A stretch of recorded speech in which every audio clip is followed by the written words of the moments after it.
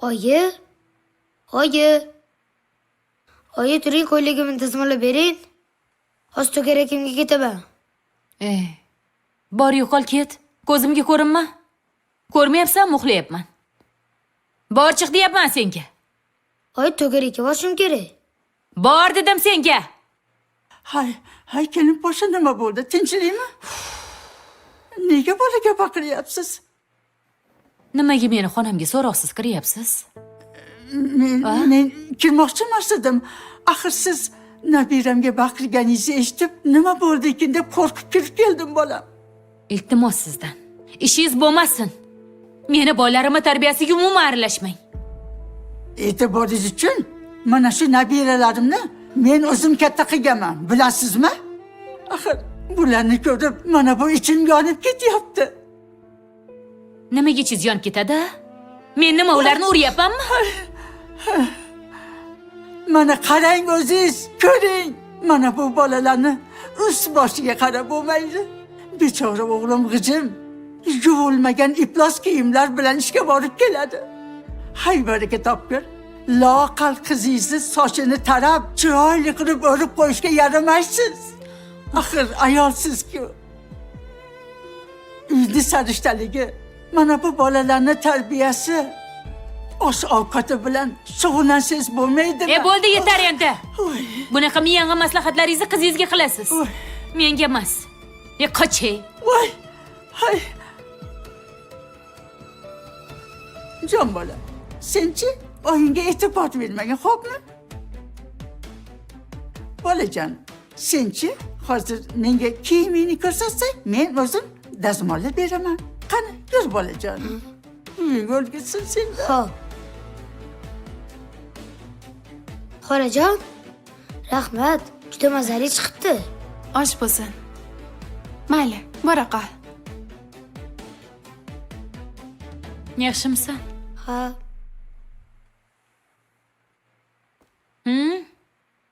Bu uyga kelib olib. O'zingizcha meni oshxonamda istagan ishingizni qilaman deb o'ylayapsizmi? Bu nima deganingiz? Tinchlikmi, kenay? Men sizga nima yomonlik qildim? Bundan keyin nimadir tayyorlamoqchi bo'lsangiz, avval mendan so'rang. Tushundingizmi? Kelin. Ha? Tinchlikmi? Sizda o'zi insofingiz bormi? Bola, shuncha kundan beri bizni oldimizga loqal bir piyola issiq choy qo'ymadingiz. O'zimiz mehmon qilib o'tiribmiz. Meni bolam uyingizda issiq ovqat qilib, sizlarga qarab o'tirganiga sizga rahmatingiz uchunmi bolam? Oyijon, sizni o'zi kim chaqirdi bu yerga? Nega keldinglar? Bizni tinchimizni buzib. Voy, Yaxshiyam o'tgan safargidek bir gala mehmonlarni olib kelmabsiz. Sizlarni mehmon qilaverib charchadim. Mana, shuncha kun turdinglar. Endi iltimos sizlardan, uyingizga ketinglar. voy. Sizlarga qarashdan to'yib ketganman o'zi. Hech kim meni tushunmaydi. Barno!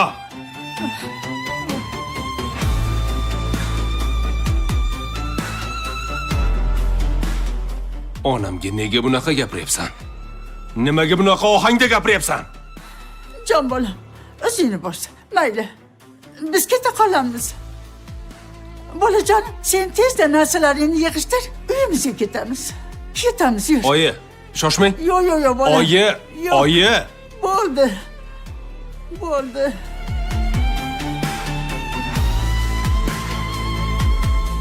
Hozir nima qilganingni bilasanmi? Bilasanmi? Oyi, Voy. tekshiruvlardan o'tmadingiz-ku hali. Sizni tekshirtirish uchun shu yerga kelganmiz-ku. Bolajonim, men o'g'limni uyini notinch bo'lishini sira istamayman. O'zi aslida boshida buyoqqa kelmasligimiz kerak edi. Axir kelinim meni yoqtirmasligini bilardim-ku. Voy, nega keldim? Bolajon, senchi hozir tez narsalaringni yig'ishtir, darrov ketamiz. O'g'limni uyida tinchlik bo'lsin. Yaxshisi biz ketganimiz ma'qul. Oyi. Axir kundan kunga sog'lig'ingiz yomonlashyapti-ku. Hozir o'zingizni o'ylang, oyi. Yo'q. Birinchi o'rinda o'g'limi halovati kerak. Oilasi buzilmasligi kerak. Qani, narsalarni yig'ishtir. Unaqa demang, oyi. Sen gapimni bo'lma. Qani darrov narsalarni yig'ishtir, bo'l tez. Tez bo'l. Hammasi jonimga tegdi. Bu ahvolda ortiq yasha olmayman. Xo'p, yashamasang, bor ket. Meni ko'zimga ko'rinma. Ketaman. Ammo bolalar siz bilan qoladi. Albatta men bilan qoladi.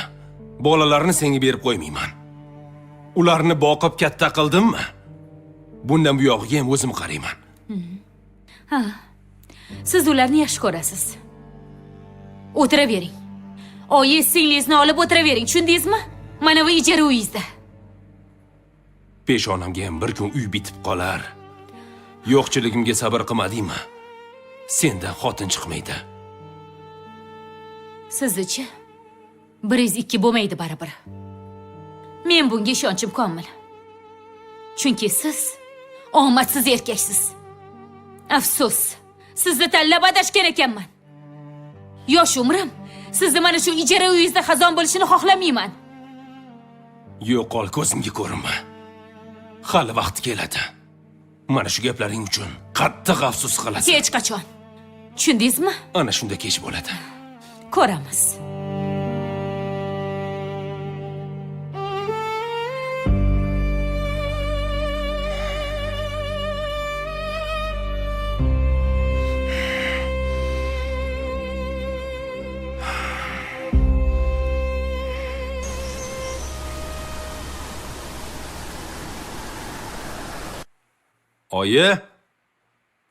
Oyi.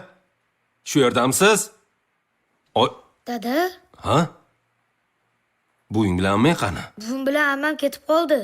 Tez qaytaring. Oyimni ham qaytaring. Narsalarni olib ketishdi. Shunaqami? Sen o'tirib turgin, hozir kelaman.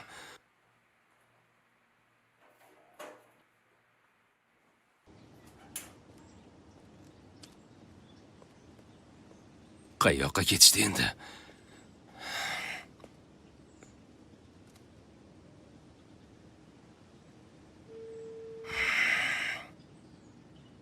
Oyi, ko'tarsangizchi.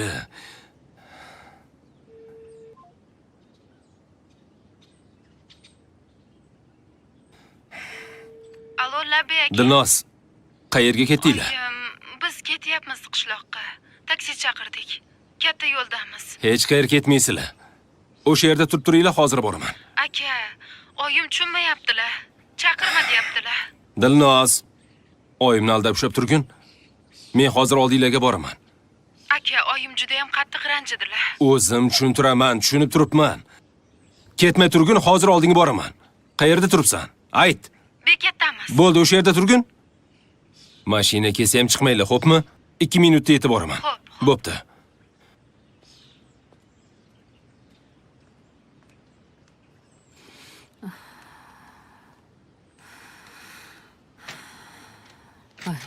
Ay.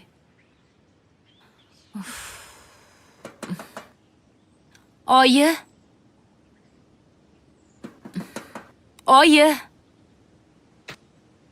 Nima bola uxlab qolishganmi bular?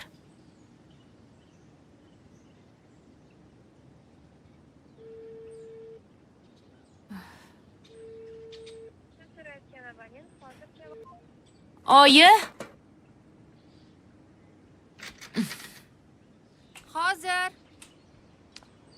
Namuncha ochishinglar qiyin. Assalomu alaykum opajon. Qoching yo'limdan.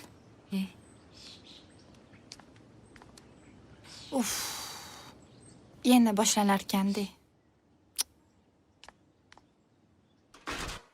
Gapirsang-chi, nima bo'ldi o'zi?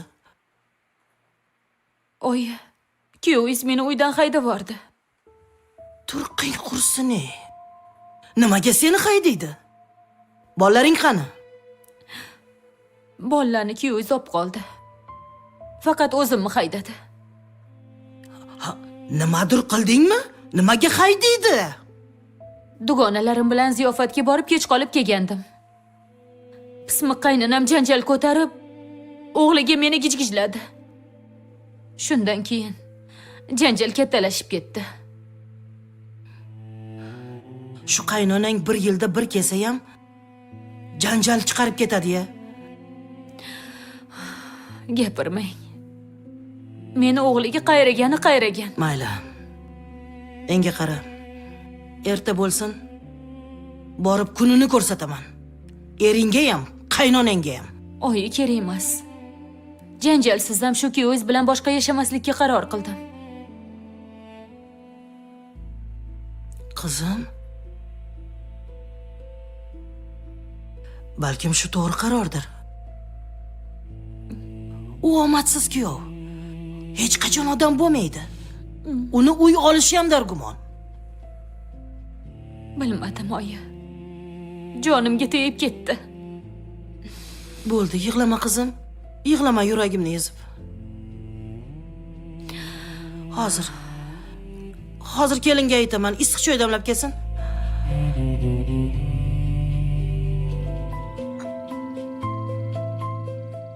Mana oyijon. Opam kelibdimi, oyi? Kecha uxlab qoluvdim. Hozir uyg'onsam, keliningiz shunaqa deb qoldi. Ha. Xotining haqiqiy shpion. Axir hamma gapni senga yetkazib turmasa, ko'yni joyiga tushmaydi. Oyi, nimalar deyapsiz? Keliningiz menga yomon ma'noda gapirmadi. Qo'ysang-chi o'g'lim. Kelin poshshani fe'lini juda yaxshi bilaman. Opangni kelgani kelin poshshamizga yoqmadi. Kecha xotiningiz qovog'ini uyganidan bildim hamma narsani. Ha. Xo'p, opam nimaga chiqmayaptilar? Turmaydilarmi? Kelin, eshitmayapsizmi? Boring, opajoningizni uyg'otib chiqing.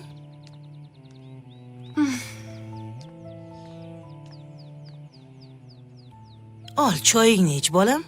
Ol. Xotiningga gaplarim yoqmadi, ha? Oyi, nimaga bunaqa durasiz, ha? Ha, tinchlikmi? Bunaqa payt turmas ekanlar, opajon. Meni xonalardan haydab chiqazib bordilar.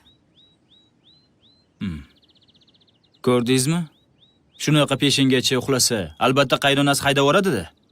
Qaynonasi emas, eri. Sen aralashma. O'zim hal qilaman hammasini. O'zim. Xo'p, oyi, o'zingiz bilasiz. Men ishga ketdim. Qani ilohi omin. Oy borib omon qayt. Allohu akbar. Bora qol, bolam.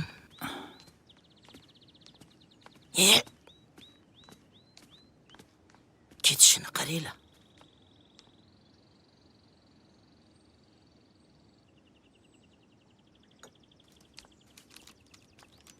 Oyjon. Sizga bitta gap aytsam maylimi? Kerak emas, nima deyishingizni juda yaxshi bilaman. Voy, oyijon.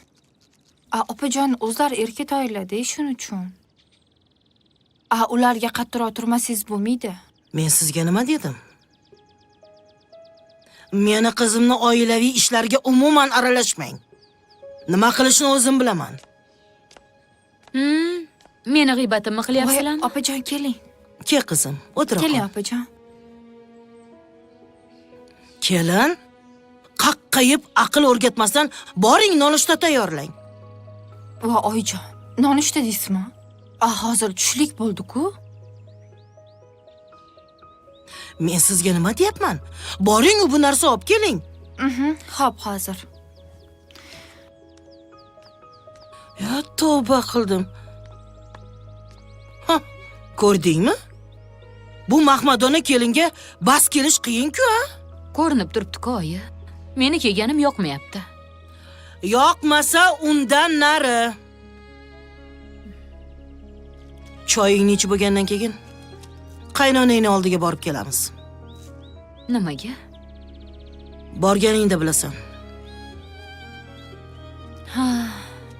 Kuyovingizni ham oldiga borish kerak. Hammasi bilan lekin o'zingiz gaplashasiz. Nima? Sen bormaysanmi? Bormayman. Asabimni buzgim kelmayapti. Borib ana gaplashib kelavering. Ha, mayli. Bu keliningiz choy ham qo'ymadi. Hammasi bilan gaplashaman. Piyolani olib berib yuboring. Ola qol qizim. Bemalol. Nonushtayni qil.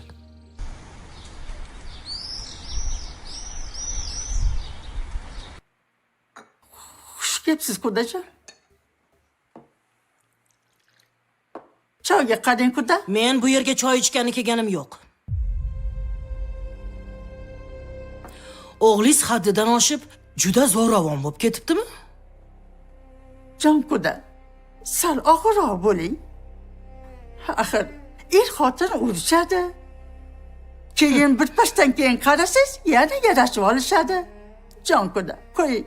Ularni o'rtasiga tushmay qo'ya qoling. Qiziq ekansiz u. Nima? Meni qizim kaltak yeydi-yu, men o'rtasiga tushmaymanmi? Bekorlarni aytibsiz.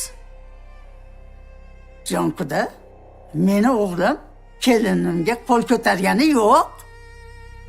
Hali shunaqami? Nega unda qizimni xo'rlatib qo'ydingiz? Xotin shuncha janjal qilgan ekan. Nimaga ajratmadingiz? Jon quda, men ularni ajratishga urindim. Qani o'sha zo'ravon o'g'lingiz? Qizimga nimani qo'ylatib qo'ydi? Yo'q, jon quda, unaqa demang.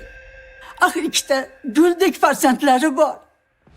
Qo'ying, biz katta odamlarmiz. Yoshlarni o'rtasiga sovuqchilik tushirmaylik. Meni ko'chada qolgan qizim yo'q. Men qizimni hech kimga xo'rlatib qo'ymayman. Farzandlari bo'lsa ana, o'zingizlar boqib olaverasizlar. Voy. Meni qizim hali yosh qiz. Kerak bo'lsa, hali boyvachchasiga uzataman. Qiz qilib uzataman. Voy, astag'firulloh. Astag'firulloh deb gapiring, quda. Axir, bir oila taqdiri haqida gapiryapsiz. Axir, ikkalamizni farzandlarimiz haqida gapiryapsiz. Qanaqa oila? Qanaqa oila? Mana shu uy bo'ptimi? Qizginamni yosh umri xazon bo'lyapti. O'g'lingizni 1-2 bo'lishiga men ishonmayman. Yo'q. Vaqtida ajratib olganim ma'qul. Ha, tushunarli. Demak, sizni dardingiz pul, mol, dunyo, davlat ekanda. Siz shu bilan inson qadrini o'lchaysizmi, ha? Ha? Boshqa nima bilan o'lchashim kerak? Siz, afsus, men sizni tushungan ayol deb o'ylarkanman. Qaranglar. Juda noto'g'ri o'ylagan ekansiz. Qani ilohi amin. Qizimga qasd qilganlar past bo'lsin, yer bilan yakson bo'lsin. Amin, Alloh akbar. Xudo. Bo'ldi. Xudojon. Bo'ldi. Xudo.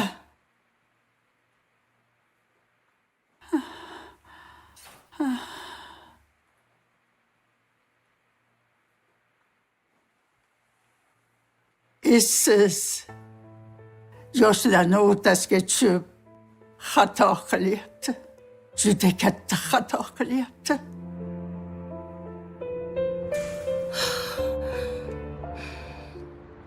Oyi, assalomu alaykum. Yaxshimisiz? Va alaykum assalom. Ha, kuyov bola. Bu deyman, rosa zo'ravon bo'lib ketibsizmi? Tushunmadim. Nimalar deyapsiz? Qizimni haqorat qilib, qo'l ko'tarishga nima haqqingiz bor? Men unga qo'l ko'targanim yo'q. Sizga yolg'on gapiribdi. Yaxshilab so'rab ko'ring.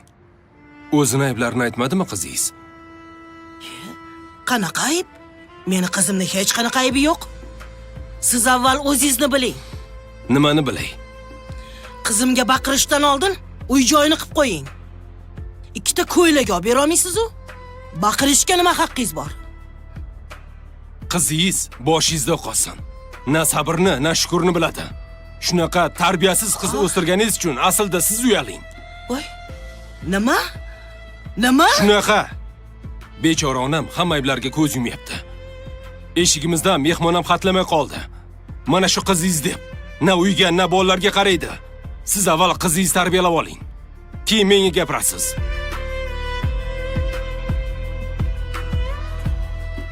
Voy ahmoq-ey. Men buni yoshgina indamaydi desam, rosa yaramas ekan-u. Hali shunaqami? O'zim bilaman seni nima qilishni.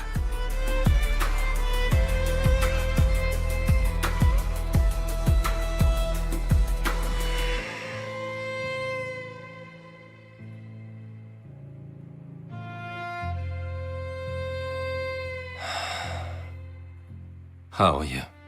Nima bo'ldi? Qudaysiz, kayfiyatingiz buzib ketdimi? Mayli bolam. Bolam, nima bo'lganda ham u bu bolalaringning onasi. Hozir endi jahl ustida, lekin ertaindin borib kelinni albatta olib kelgin bolam. Oyi, keliningizni ko'zini mol dunyo egallab olgan. U baribir men bilan yashashni istamayapti. Jon bolam, unaqa demagin. Bu gaplaringni bolalaring eshitib qolmasin, jon bolam. Nima bo'lgan taqdirda ham sen oilangni saqlab qolishing kerak. Axir bolalaringni tirik yetim bo'lib qolishini istamaysan-ku. Mayli bolam. Ayib sendan o'tmagan bo'lsa ham, lekin kelindan uzr so'rab ertaingdan albatta olib kelgin jon bolam.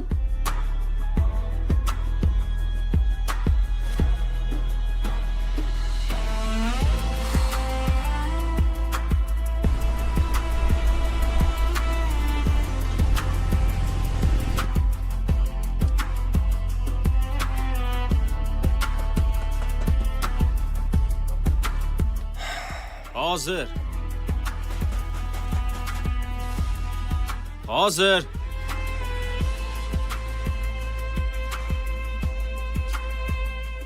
Assalomu alaykum. Va alaykum assalom. Yaxshimisiz? Uka, yaxshimisiz? Uydagilar yaxshimi?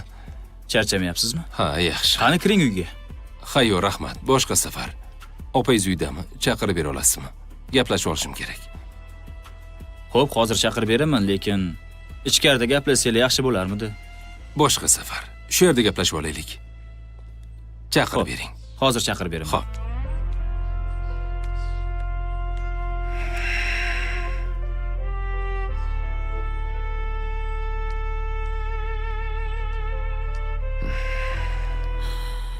Ha? Ne keldingiz? Sen olib ketishga keldim. Men ketmayman. Siz bilan ajrashaman. Nima? Siz bilan yashab hech narsa ko'rmadim. Menga o'zim orzu qilgandagi hayotni qilib bera olmadingiz. Endi siz o'zingiz yo'lingizda yurasiz. Men esa o'zimning yo'limda. Menga qara, esingni yig'. Axir farzandlarimiz bor. Ularga hozir ota-ona mehri kerak. Ey, Ajrashadigan bo'lsak, ularning ko'ngli o'ksib qoladi. menchi bolalarni deb o'zimni qurbon qilmoqchi emasman. Men o'zim xohlagan hayotda yashashni xohlayman. Shunaqa degin. Shunaqa. Endi esa keting. Ertagayoq ajrim uchun sudga ariza beraman. O'zing bilasan. Lekin bir kun kelib qattiq afsuslanasan. Shuni unutmagin. Hech qachon. Hech qachon afsuslanmayman.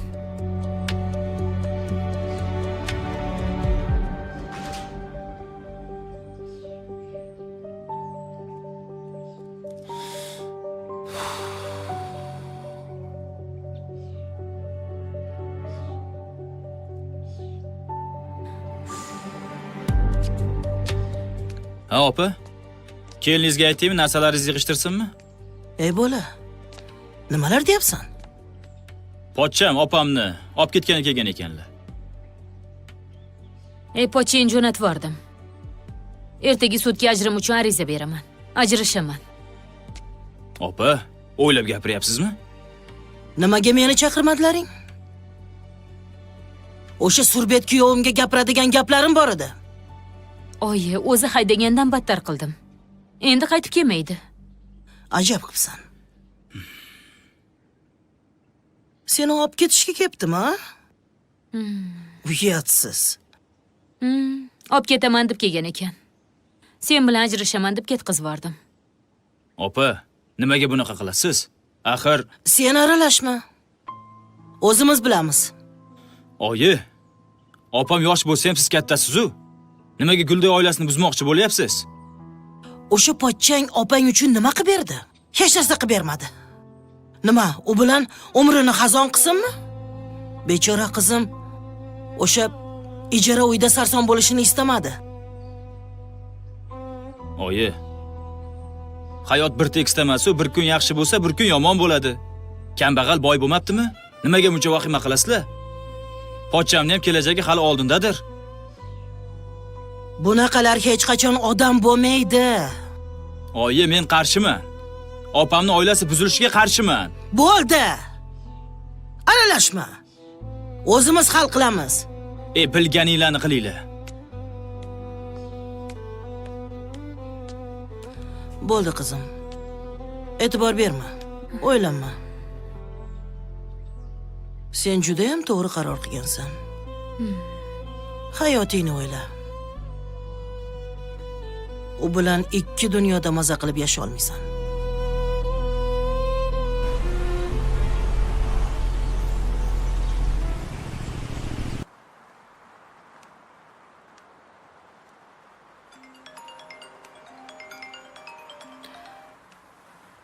Labi oyi. Ha, qizim, nima bo'ldi? Sudga ariza topshirdingmi? Ha, topshirdim. Endi ajrashishimiz uchun vaqt kerak bo'lar ekan. Tezroq ajrashtirib yuborsaydi. Afsus. Hali farzandlarimiz borligi uchun ham yillab kuttiradi. Sen yaxshilab tushuntirmadingmi ularga? Erim zo'ravon uradi deb. Hammasini yozdim, oyi. Sababini yetarlicha keltirib berdim. Ha, unda yaxshi. Alimentga ham bergin eringni. Alimentga deysizmi? Bolalar men bilan emas-ku. Ha, aytmoqchi, bu ering hech vaqosi yo'q-ku. Gadoy-ku. Bir nima undiray desang, undirib ham bo'lmaydi. Ha, bilasiz-ku, oyi. Bo'pti, mayli. Uyga ketyapman. Gaplashamiz, xo'p? Bo'pti, qizim.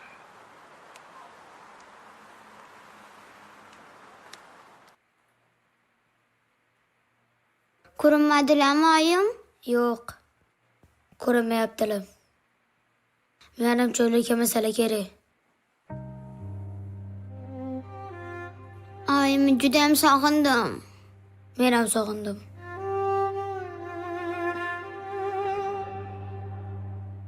Yaxshi o'tiribsizlarmi? Ha? Tinchlikmi, xafasizlar? Nima bo'ldi? Dada, oyim qachon keladilar?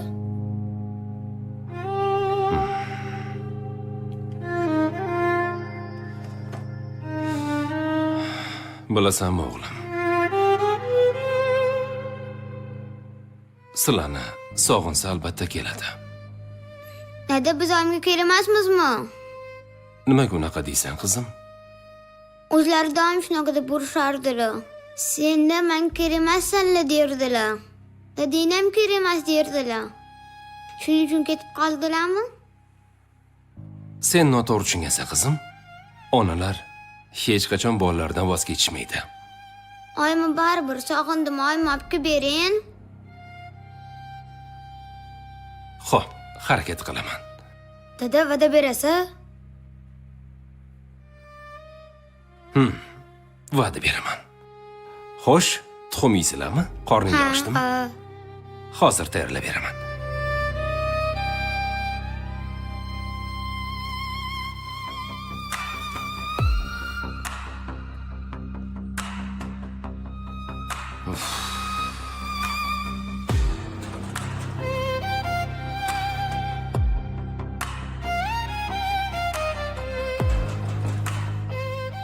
Hozir.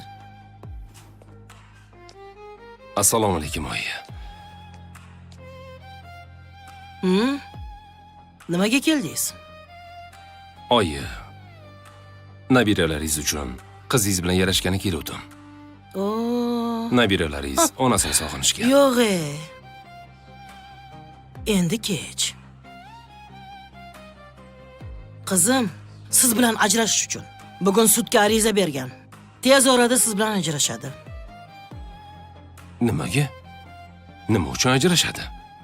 Qiziq savol bo'ldi-yu. Buni ertaroq o'ylash kerak edi. O'zi qizim boshida yo'q xato qilgan. Mana shunday yalanga yo'qni tanlab, hech vaqosi yo'q. Qizingizni chaqirib bering, gaplashib olay. Ey, yana bir bor gapiryapman senga takrorlab. Qizim sen bilan ko'rishmaydi. Yo'qol bu yerdan. Yo'qol ko'zimdan.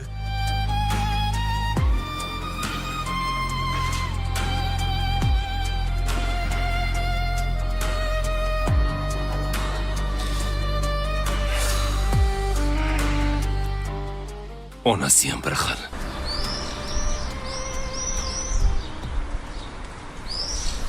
Voy mamlakatxon, yaxshimisiz o'ziz? Rahmat, o'zinglar tuzukmisizlar? Ha, yo'g'ib ketdinglar. Ha endi, biz ham shaharda yoyilib mazza qilib yuribmiz-da. Xo'sh, qo'ni-qo'shnilardan gapiring. Ular hammalari yaxshimi? Ha, yurishibdi, hammasi He. yaxshi. Anavi Nodiraxon to'y Voy. boshlagan. Buncha yaxshi. Xudo xolasa-chi, bo'lmasa bira to'lasa-chi, mamlakatxon, o'sha to'yga boramiz, xo'pmi? Ha, yaxshi, yaxshi. O'zingiz sog'ligingiz yaxshimi? Doktorga ko'rinaman degandingiz, ko'rindingizmi? Ha endi, Xudoga shukr. Shunchalik yurganiga ming marta shukr. Endi doktorga ham ba'zida uchrashib ko'rinib turibman. Ha, yaxshi, yaxshi. Siz yo'qligingizga mahallamiz ham ho'llab qoldi. Gaplashib o'tirardik. Qachon kelasiz? Ana, biza o'rnimiz bilinyapti ekan. Xudo xohlasa-chi, mana shu to'yda lekin hammamiz birgalashib, hay kelin bilan, nabiralar bilan, o'g'lim Azizbekni ham olib, hammamiz borib to'ylab kelamiz. Ha, yaxshi, yaxshi. Mamlakatxon, bo'lmasa-chi, nabiralaringizni hammasini o'pib, qo'ni-qo'shnilarga meni sog'inganimni yetkazib qo'ying. Xo'pmi? Xo'p, aytib qo'yaman. Tez kunda uchrashib Mayli, qolamiz. xo'p, Xo'p, sog' xo'p. bo'ling. Xo'p, xo'p. Ha, oyi, qo'shnimizmi? Ha. Baraka topsin. Hol ahvol so'rab qo'ng'iroq qildi. Ovozi bilan qulog'imga jarangli eshitildi. Ketgan yillarga hayallab qoldinglar. Uzoq bo'ldi, ancha bo'ldi. Nima bo'ldi ekan, tinchlikmikin deb hol ahvol so'rabdi. Ha, yaxshi. Oyi, nima qilamiz? Bugun doktorga boramizmi? Voy, namuncha doktor deding, shoshmay turchi. Mana ko'ryapsan, Xudoga shukr hozircha yaxshiman. Oyijon, o'zingizga yaxshi bo'lib ko'rinishingiz mumkin. Lekin vaqtida davolanishingiz kerak. Voy bolam, ey, doktorlarga o'xshab sen ham biram vahimachisan. Menchi o'zimni organizmimni o'zim yaxshi bilaman. Professor bo'lib ketganman. Oyi, juda ham qaysarsiz-da. Hamma narsani vaqtida oldini olish kerak. Mana, akamni oldiga keldik. Hammasini akamga aytishimiz kerak. Qizim, akangdan o'zim o'g'lim bo'lsa ham hijolat olaman. Nega hijolat bo'lasiz? Axir o'zingizni farzandingiz shuncha boqib katta qilgansiz. Nega hijolat bo'lasiz? Gapiring-da. Sen qo'ymaysan. Doim aql o'rgatasan, mayli. Xudo xolasa-chi, akangga aytish fursati ham keladi. Keladi bolam. Bo'pti, yuring unda. Issiqna choy ichamiz. Mayli, sen chiqib tur, men hozir chiqaman. Xo'p. Xo'p. Ey Xudoyim, iloyim, shu qizimni ham baxti ochilib ketsin-da, ko'nglim tinch bo'ladi. Men hozir o'tirib turinglar.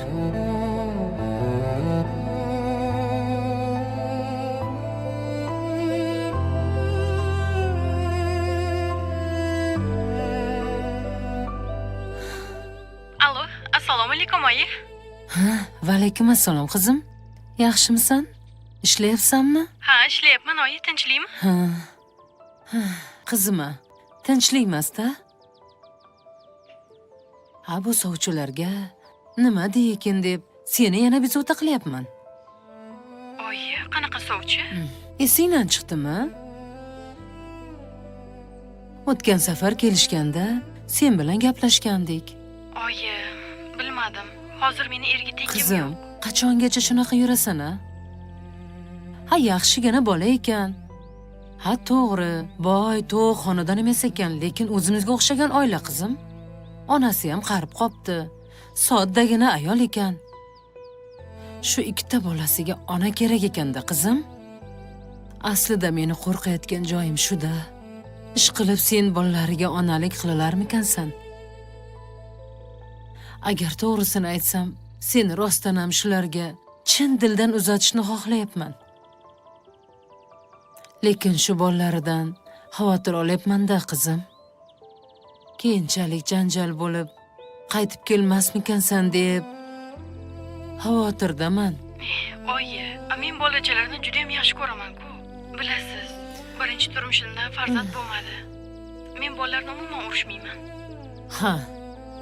Unda demak rozisan-a? Men sizga roziman demadim-ku, oyi. Mayli, avval yigit bilan uchrashib ko'ray, gaplashib ko'ray, bir-birimizga ma'qul bo'lsak, keyin rozilik beraman-da, oyijon. Shoshilmang. Yo'q, endi seni surishtirishibdi. Men ham u bolani surishtirdim. Yomon bola emas ekan, qizim. Xotini bilan ajrashgani sababi o'zi xotini yaxshi emas ekan. Bolalariga ham umuman e'tibor bermas ekan. O'z tuqqan bolalariga ham shafqatsizlarcha muomala qilar ekan, qizim. Pul, mol dunyoga o'ch ayol ekan. Shuning uchun ajrashgan ekan, qizim. Yo'q. Qizim, sen bilan gaplashib turishimni qara. Uyda ular o'tirishibdi, kutishyapti. Nima dey, ayt. Oyi, borganimdan keyin gaplashaylik. Unda hozir shunaqa deymi? Qo'ng'iroq qilib o'zimiz aytamiz javobini deymi? Ha, shunaqa deng, oyi. Uyga borganimizda bafurcha gaplashamiz. Ha. Xo'p. Bo'pti, qizim. Ehtiyot bo'lgin. Yaxshilab o'ylab ko'r. Xo'p, oyijon, xo'p. Xo'p, mayli.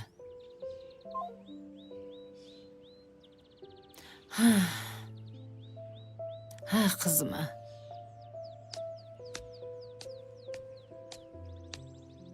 Xush kelibsizlar. Yaxshi o'tiribsizlarmi?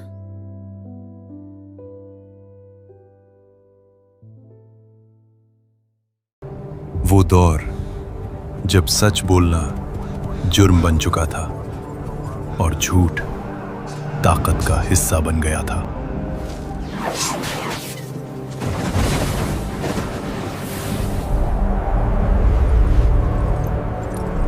इंसाफ जुल्म और ताकत की जमीन में दफन हो चुका था।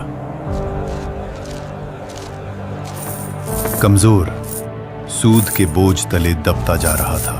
40 औकिया अभी भी रहते हैं, पर मैं तो पिछले 5 साल से रकम अदा कर रहा हूं। मेरा कर्ज अभी भी बाकी कैसे हो सकता है? ये सूद है, जितना कम दोगे उतना बढ़ता जाएगा। ये तो जुल्म है। जब एक रसूल को अपनी ही कौम के दरमियान सताया जा रहा था, तुम्हारा अल्लाह दिखाई क्यों नहीं दे रहा? उन पर पत्थर फेंके जाते, उनकी इबादत तक महफूज नहीं थी। लेकिन फिर तारीख के कुछ ऐसे लम्हे आने वाले थे जहां एक आदमी का गुस्सा और दूसरे का ईमान मक्का का पूरा नक्शा बदलने वाला था। कुरैश वो देखने वाला था जो उसने कभी सोचा भी नहीं था। ये सिर्फ एक दावत नहीं, ये एक इनकलाब था। दारुल अरकम, जहां मुसलमान छुपकर इस्लाम की तालीम हासिल कर रहे थे, लेकिन मक्का में इस्लाम की बातें शुरू हो चुकी थीं। हमने पहले कभी ऐसे अल्फाज नहीं सुने। ये कलाम किसी इंसान का नहीं हो सकता। फिर एक रात अल्लाह का फैसला उतर आया और अपने करीबी रिश्तेदारों को खबरदार करो। रसूलुल्लाह सल्लल्लाहु अलैहि वसल्लम ने अपने करीबी रिश्तेदारों को दावत दी। बनु हाशिम और बनु मुत्तलिब के लोग जमा हुए, तकरीबन 40 लोग। खाना पेश किया गया और सब लोग खाने में मसरूफ हो गए। जब सब ने खा लिया तो हैरत का मकाम यह था कि खाना अभी भी अपने बर्तन में वैसा ही बाकी था। ये अल्लाह की तरफ से बरकत थी। फिर जब नबी सल्लल्लाहु अलैहि वसल्लम बात करने लगे, तभी अबू लहब यानी उनके चचा बोले, ये कैसा जादू है? तुमने हमें यहाँ सिर्फ इसलिए बुलाया था? तुम्हारी बातें हम कभी नहीं मान सकते। वो सख्त जबान इस्तेमाल करता रहा और उसने मजलिस खराब कर दी और नबी सल्लल्लाहु अलैहि वसल्लम उस दिन अपनी बात मुकम्मल ना कर सके। अगले दिन रसूलुल्लाह सल्लल्लाहु अलैहि वसल्लम ने दोबारा सबको बुलाया और इस बार वो और भी ज्यादा मोहतात थे। वो महफिल में खड़े हुए और कहा, अल्हम्दुलिल्लाह, मैं अल्लाह का कलाम पढ़ता हूँ। ए बनु हाशिम के लोगों, मैं तुम्हारे पास दुनिया और आखिरत की भलाई लेकर आया हूँ। अल्लाह ने मुझे हुक्म दिया है कि मैं तुम्हें उसकी तरफ बुलाऊं, और बेशक अल्लाह एक ही है और उसका कोई साथी नहीं। तुम में से कौन है जो इस काम में मेरी मदद करे ताकि वो मेरा भाई और इस्लाम का खादिम बन सके? सब लोग खामोश रहे। सिर्फ एक जवान उठा, हजरत अली इब्न अबी तालिब रजी अल्लाहु अन्हु। मैं आपका मददगार बनूंगा। लोग मुस्कुरा दिए और मजाक उड़ाया। नबी सल्लल्लाहु अलैहि वसल्लम ने दोबारा सबसे पूछा। वो लोग एक दूसरे की तरफ देखते और खामोश रहते। नबी सल्लल्लाहु अलैहि वसल्लम ने तीसरी मर्तबा फिर पूछा, लेकिन हर बार सिर्फ एक ही हाथ उठता, हजरत अली इब्न अबी तालिब। और यही वो हाथ था जो नबी पाक के साथ आखिरी दम तक रहा। हर मैदान में, हर मुश्किल हालात में वो हजरत अली रजी अल्लाहु अन्हु ही थे जो सबसे आगे रहते।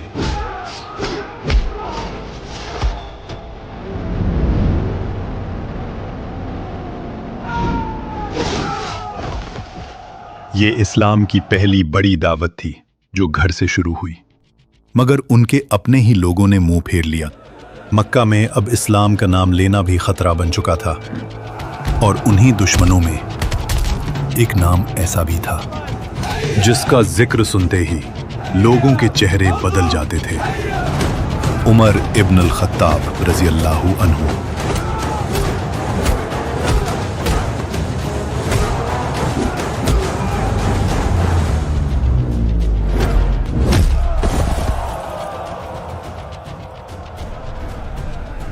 अगर तुम मुसलमान हो गए तो कुरैश घुटनों पे आ जाएगा उमर। लेकिन तारीख अपना सबसे बड़ा मोड़ लेने वाली थी, क्योंकि यही उमर बहुत जल्द इस्लाम की ताकत बनने वाले थे। फिर अचानक एक आवाज आई, या सबाहा, यानी लोगों को जमा करने की पुकार। और ये आवाज थी नबी सल्लल्लाहु अलैहि वसल्लम की, जो सफा पहाड़ की तरफ खड़े होकर सबको बुला रहे थे। हर कबीले के लोग वहां जमा होने लगे और फिर रसूलुल्लाह सल्लल्लाहु अलैहि वसल्लम ने ऊंची आवाज में कहा, अगर मैं तुम्हें बताऊं कि इस पहाड़ के पीछे एक लश्कर है जो तुम पर हमला करने वाला है, क्या तुम मेरी बात पर यकीन करोगे? लोगों ने कहा, हमने कभी आपको झूठ बोलते नहीं देखा, हम आप पर यकीन करेंगे। रसूलुल्लाह सल्लल्लाहु अलैहि वसल्लम ने कहा, मैं तुम्हें एक सख्त अजाब से पहले डराने आया हूं। जान लो कि अल्लाह एक है, उसके सिवा कोई माबूद नहीं, और मैं अल्लाह का रसूल हूं। ये सुनकर अबू लहब का गुस्सा और बढ़ गया। तबाह हो, क्या तुमने हमें सिर्फ इसलिए जमा किया था? इसके बाद अल्लाह ने अबू लहब के बारे में वही नाजिल की तब्बत यदा अबी लहबियों व तब मा अगना अनहु मालुहु वमा कसब। अबू लहब के दोनों हाथ टूट गए और वो खुद भी हलाक हो गया। न उसका माल उसके काम आया, न जो उसने कमाया। वो जल्द ही भड़कती आग में डाला जाएगा और उसकी बीवी भी, जो लकड़ियां उठाने वाली है, उसकी गर्दन में रस्सी होगी। ये सिर्फ जवाब नहीं था, ये एक पेशनगोई थी। कुरान ने खुलकर कह दिया कि अबू लहब कभी ईमान नहीं लाएगा और आग में जाएगा। ये कुरान की सच्चाई की जिंदा दलील बन गया, क्योंकि अगर अबू लहब चाहता तो सिर्फ जबान से इस्लाम का इजहार करके कुरान को झुठला सकता था, लेकिन वो कभी ऐसा न कर सका और कुछ सालों बाद कुफ्र की हालत में ही मर गया। इस दिन के बाद से इस्लाम की दावत खुले आम शुरू हो चुकी थी, लेकिन जैसे जैसे हक फैला, जुल्म भी बढ़ता गया। एक दिन काबा के पास नबी सल्लल्लाहु अलैहि वसल्लम सजदे में थे। तब ही कुरैश के लोगों ने मजाक उड़ाया और ऊंट की ओजड़ी लाकर आपकी पीठ पर रख दी। वो सजदे में ही रहे, यहाँ तक कि उनकी बेटी फातिमा बिनते मोहम्मद रोते हुए आईं और वो गंदगी हटाईं और उन बेरहम लोगों पर गुस्से से चिल्लाईं, तुम सब मेरे वालिद से दूर रहो, उन्हें परेशान मत करो। मुश्किलात अब बढ़ती जा रही थीं, मगर उनका हौसला और बुलंद हो रहा था। एक और दिन अबू बकर सिद्दीक रजी अल्लाह अन्हु ने काबा में खड़े होकर दावत दी तो लोग उन पर टूट पड़े, इतना मारा कि वो बेहोश हो गए। मगर होश आते ही उनका पहला सवाल था, रसूल अल्लाह का क्या हाल है? एक और सहाबी अब्दुल्ला इब्न मसूद काबा के पास खड़े होकर बुलंद आवाज में सूरह अर-रहमान की तिलावत शुरू कर दी। अर्रहमान अल्लमल कुरआन खलक़ल इंसान अल्लमहुल बयान अश-शम्सु वल क़मरु बिहुस्बान वन नज्मु वश-शजरु यस्जुदान वस-समाअ रफ़अहा व वज़अल मीज़ान। कुरैश ने सुना और उन पर हमला कर दिया। उन्हें मारा गया, लेकिन वो रुके नहीं। ये वो दौर था जहां हक बोलना जान देने के बराबर था, लेकिन फिर भी ये लोग झुके नहीं। फिर एक दिन कुरैश के सरदार अबू तालिब के पास आए और कहा, अपने भतीजे को रोको, वरना हम खुद उससे हिसाब लेंगे। अबू तालिब ने रसूलुल्लाह सल्लल्लाहु अलैहि वसल्लम को बुलाया और नरमी से कहा, भतीजे, अपनी और मेरी जान पर इतना बोझ न डालो। मुझसे वो बात न चाहो जो मैं बर्दाश्त न कर सकूं।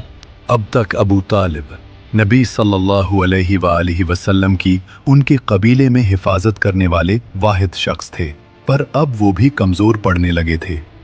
नबी सल्लल्लाहु अलैहि वसल्लम ने जवाब दिया, वल्लाही अगर ये लोग मेरे दाएं हाथ में सूरज रख दें और बाएं हाथ में चांद, तब भी मैं इस दावत को नहीं छोड़ूंगा। या तो अल्लाह इस दीन को गालिब कर दे या मैं इस रास्ते में जान दे दूं। ये कहकर नबी सल्लल्लाहु अलैहि वसल्लम उठकर जाने लगे। तभी अबू तालिब ने उन्हें रोका और कहा, जाओ भतीजे, जो चाहो करो, मैं कभी तुम्हें अकेला नहीं छोड़ूंगा। कुरैश की हर चाल, हर साजिश नाकाम हो रही थी। फिर उन्होंने नबी पाक सल्लल्लाहु अलैहि वसल्लम को तरह तरह की पेशकश करना शुरू कर दी। ऐ मोहम्मद, अगर तुम्हारा मकसद माल है तो हम तुम्हें इतना माल देंगे कि तुम सबसे ज्यादा अमीर हो जाओगे। अगर तुम इज्जत और सरदारी चाहते हो तो हम तुम्हें अपना सरदार बना लेते हैं। अगर तुम बादशाहत चाहते हो तो हम तुम्हें अपना बादशाह बना देते हैं। ये सब सुनने के बाद नबी सल्लल्लाहु अलैहि वसल्लम ने जवाब में सिर्फ कुरान सुनाया, बिस्मिल्लाहिर्रहमानिर्रहीम, हा मीम। تنزيل من الرحمن الرحيم كتاب فصلت آياته قرآنا عربيا لقوم يعلمون بشيرا ونذيرا فأعرض أكثرهم فهم لا يسمعون. یہ کتاب اس کی طرف سے نازل ہوئی ہے جو بہت مہربان نہایت رحم والا ہے. ایسی کتاب جس میں آیات کھول کر بیان کی گئی ہیں.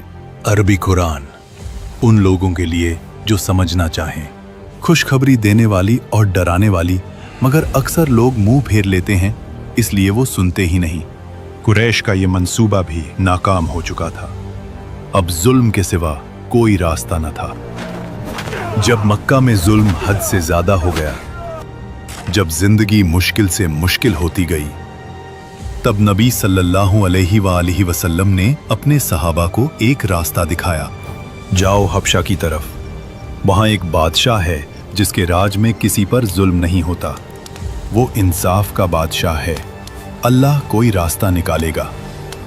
نبوت کا 5واں سال، اور کچھ لوگ مکہ چھوڑ کر سمندر کے اس پار حبشہ کے لیے روانہ ہو جاتے ہیں.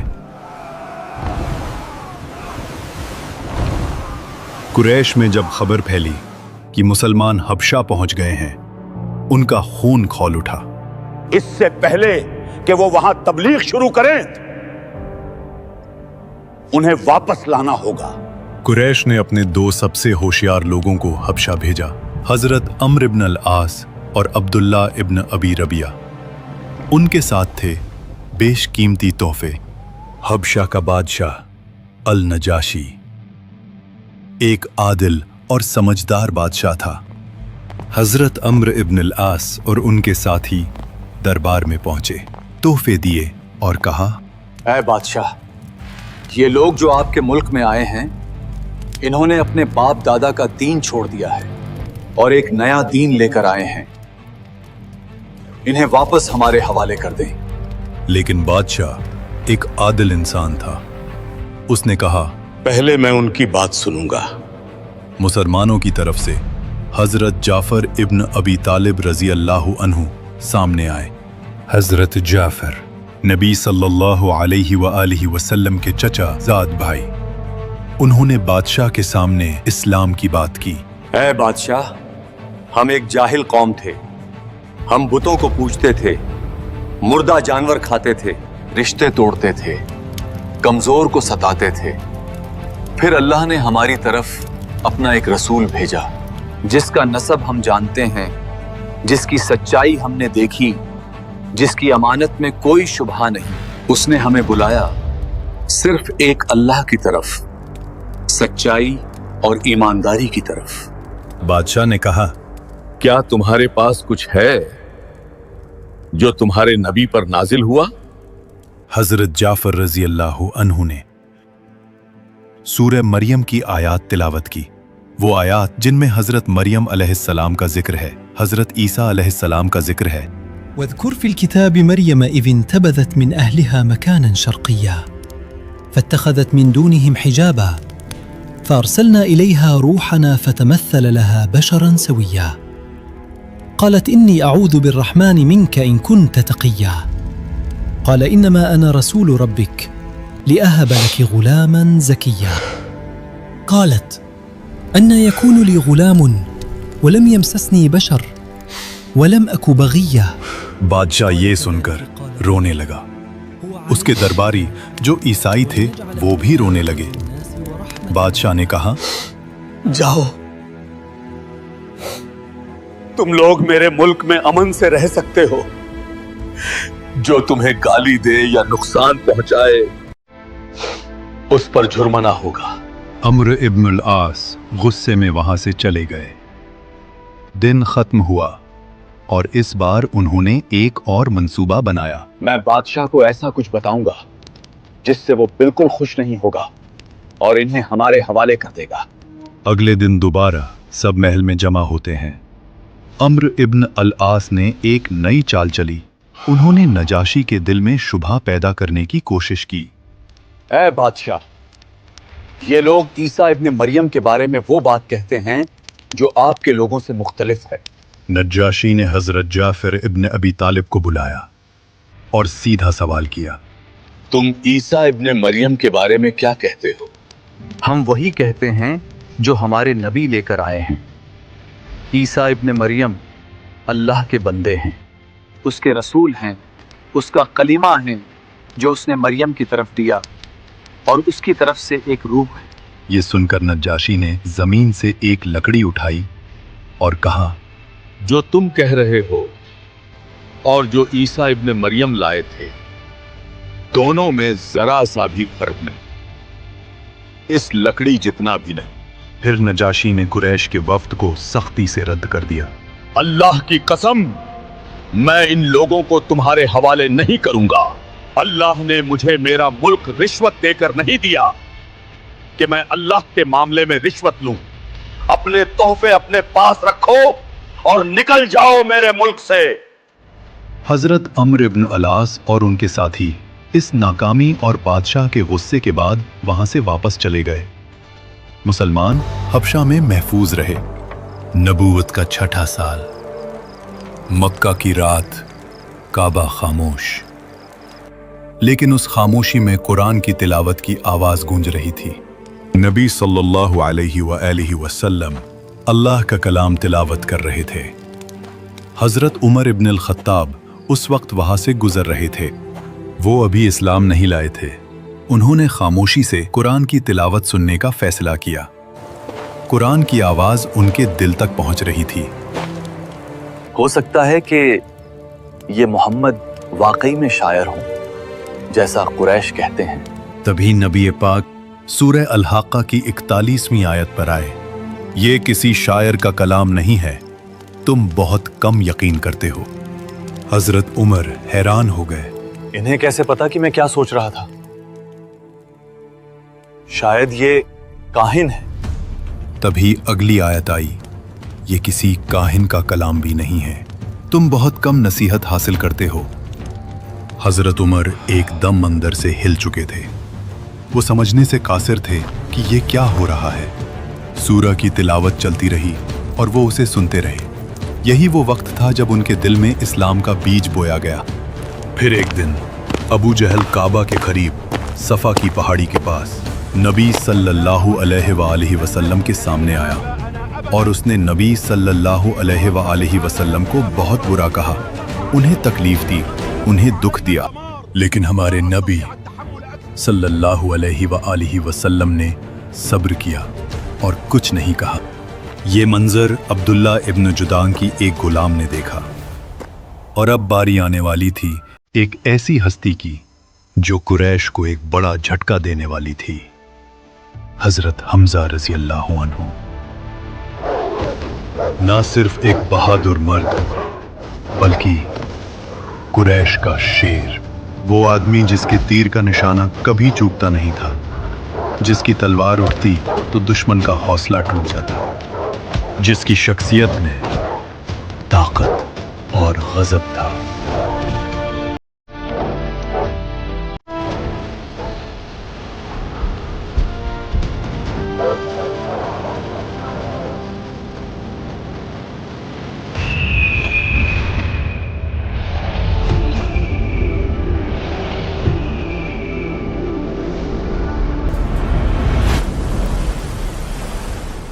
जब हजरत हमजा शिकार से वापस आए, उनके हाथ में कमान था। उस गुलाम खातून ने फौरन जाकर उन्हें सारा वाकया सुनाया और अब उनका खून खौल चुका था। अबू जहल दरबार में अपने लोगों के साथ था और तभी वहां हजरत हमजा रजी अल्लाह अन्हु आए।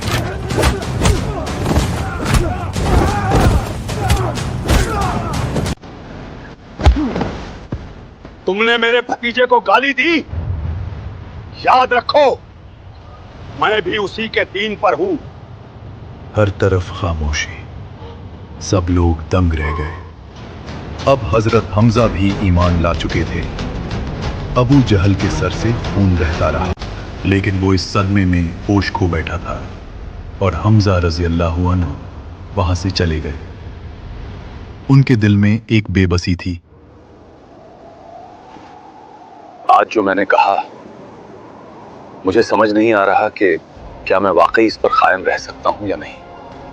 फिर उन्होंने अल्लाह से हिदायत मांगी और अल्लाह ने उनकी दुआ सुनी और उनका ईमान और ज्यादा मजबूत हो गया। कुरैश में सन्नाटा छा गया। इस्लाम फैलता जा रहा था, मगर ये सिर्फ शुरुआत थी। मक्का की गलियों में अब सिर्फ खामोशी नहीं थी, अंदर ही अंदर एक तूफान उठ रहा था।